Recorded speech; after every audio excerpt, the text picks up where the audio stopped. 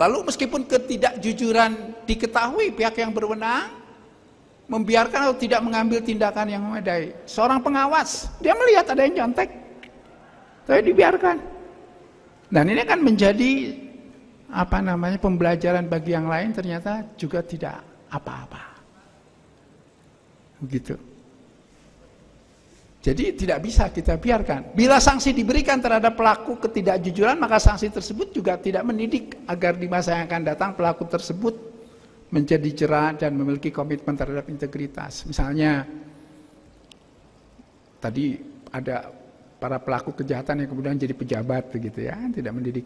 Atau ada yang mencontek, ya paling tidak semester depan dia ikut lagi begitu kan ya.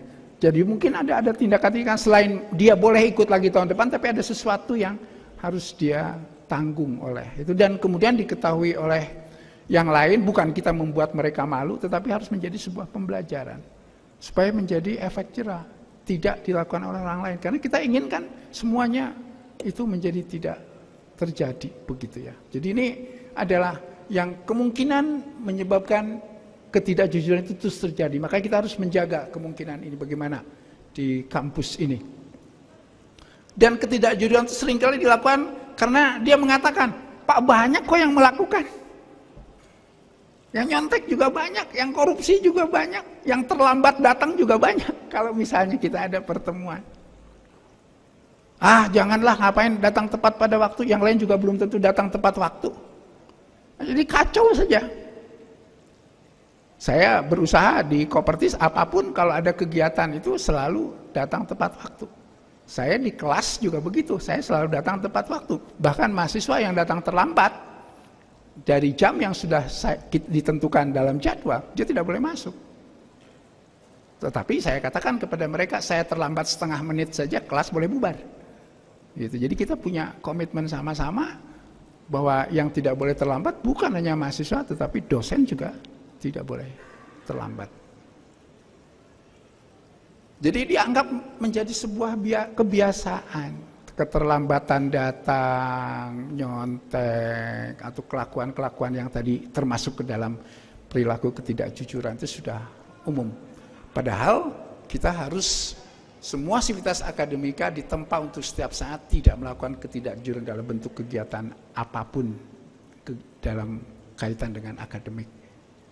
Nah ini ujungnya tuh memang seperti ini. Kita berani mengatakan no.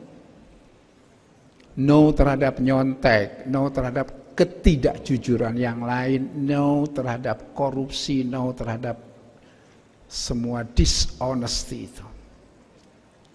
Yang kedua, kita juga memiliki keberanian untuk menghadapi kebenaran. Kita berani. Kalau itu adalah sesuatu yang kita lakukan, kita pertanggungjawabkan.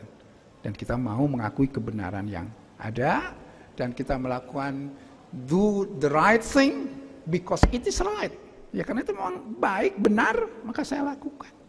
Bukan karena apa-apa, karena itu benar. Kenapa sih belajar dengan baik? Kenapa tidak nyontek? Oh karena belajar yang baik itu adalah benar. Dan inilah yang akan menjadi kunci bagi kita bisa hidup di dalam integritas.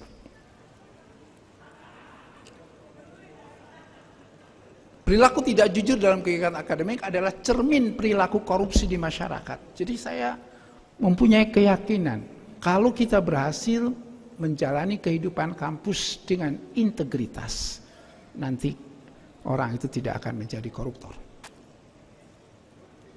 Jadi integritas akademik, dia akan menjadi orang yang berintegritas dan kemudian dia menjadi patriot anti korupsi. Dan ini mahasiswa di tempat di kampus dan dosen itu adalah penjaga nilai. Bahkan ada orang mengatakan kampus itu harus menjadi last resort dari penjagaan nilai. Kalau di kantor-kantor lain jebol, di kampus itu jangan sampai jebol. Itu harus menjadi penjaga terakhir dari nilai ini. Dan pimpinan perguruan tinggi harus melakukan fasilitasi. Integritas pribadi, civitas akademika di masyarakat umum. Jadi kalau kita sudah menjalankan semua integritas akademik, nanti kita akan menjadi orang yang memiliki integritas pribadi, pada saat kita berada di masyarakat umum, dan bahkan lebih jauh dari itu kita akan menjadi patriot korupsi yang menjadi contoh dan berjuang agar masyarakat tidak melakukan korupsi. Jadi Sivitas Akademika harus memiliki komitmen terhadap integritas akademik, karena integritas akademik ini kemudian dijadikan sebagai acuan dalam kehidupan sehari-hari bersama masyarakat umum. Dosen menjadi benteng akhir penjaga integritas, dan mahasiswa menempa diri di kampus untuk berintegritas, sehingga pada saat mahasiswa, sebetulnya bukan mahasiswa lagi tapi lulusan, bersama dengan masyarakat umum akan menjadi people of integrity. Dan perguruan tinggi harus menetapkan kode etik akademik dan langkah-langkah sistematik dalam rangka enforcement, sehingga kita bisa mengatakan bahwa upaya pencegahan korupsi itu dimulai dari pendidikan, dan dalam konteks kita itu dari kampus. Nah, Bapak sekalian, saya ingin menyampaikan bahwa kami di Kopertis wilayah 4 itu juga menggunakan kata integrity ini. Jadi integrity ini menjadi tata nilai di Kopertis, di kantor Kopertis paling tidak, tapi inginnya di semua instansi yang ada di dalam coverage kerja Kopertis 4, yaitu integrity. Integrity ini tadi saya sudah jelaskan artinya apa. Tetapi di kami integrity ini juga merupakan sebuah kumpulan dari kata-kata dengan awal hurufnya INTEGRITY gitu ya. Di mana I ini kita ambil untuk inisial ikhlas. Jadi kita bekerja ikhlas, kita tidak menghendaki apa-apa karena toh semua sudah disediakan. Kalau kita sebagai PNS disediakan gaji, disediakan tunjangan, disediakan segala macam. Bahkan sebagai manusia Allah menjamin rizki. Oleh karena itu saya selalu tidak pernah khawatir. Kalau saya ditugaskan apapun, saya tidak pernah bertanya apa yang saya akan dapatkan di sana. Tuhan sudah pasti akan memberikan bekal untuk hidup saya. Meskipun gaji saya kecil, meskipun barangkali tidak digaji sama sekali, pasti ada cara Tuhan untuk. Sebuah contoh saja, saya sering melakukan perjalanan yang jauh. Saya pernah dari Bandung ke Kuningan, dari Kuningan ke Indramayu, dari Indramayu ke Bogor 3 hari. Itu perjalanan semuanya 24,5 jam di mobil. Bayangkan kalau kita tidak kuat begitu, tidak bisa memanfaatkan 20 itu akan hilang. Tapi apa yang saya miliki? Saya tidak pernah punya masalah membaca buku di mobil, tidak ada rasa pusing, dan saya gampang sekali untuk tidur, sehingga begitu saya turun dari kendaraan, saya tidak pernah merasa kecapean. Dari mana itu? Tuhan yang memberikan kepada saya bekal seperti itu. Oleh karena itu, ya jalani saja. Pokoknya kalau saya atau kita semua sudah bismillah, maka disitulah pertolongan Tuhan akan datang. Ikhlas. Yang kedua, niat. Kita harus punya cita-cita, kita harus punya visi. Jangan hanya menjalankan kegiatan ini asal kita jalankan, tetapi ini dalam konteks apa? Reputasi itu penting.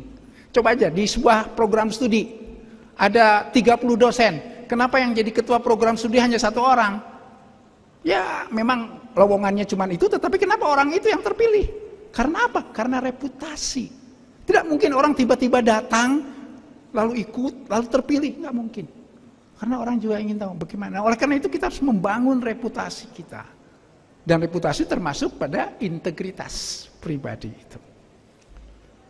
T, terbaik. Do the best. Kita tidak pernah bekerja asal-asalan. Kita harus lakukan dengan cara terbaik sampai batas kemampuan yang kita miliki.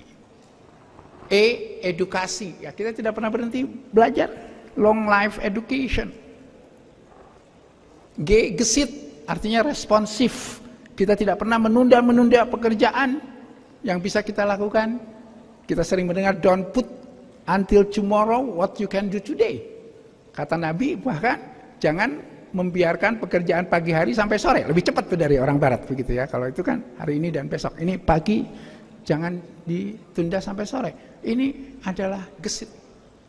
Rajin. Wah, ini juga penting. Kita ini selalu penyakit malas ini luar biasa. Dan penyakit malas itu hati-hati, menular. Menular. Jadi jangan bergaul dengan orang malas karena kita akan ikut malas. Bukan orang malas jadi rajin, bukan. Rajin itu tidak menular, tapi malas itu menular.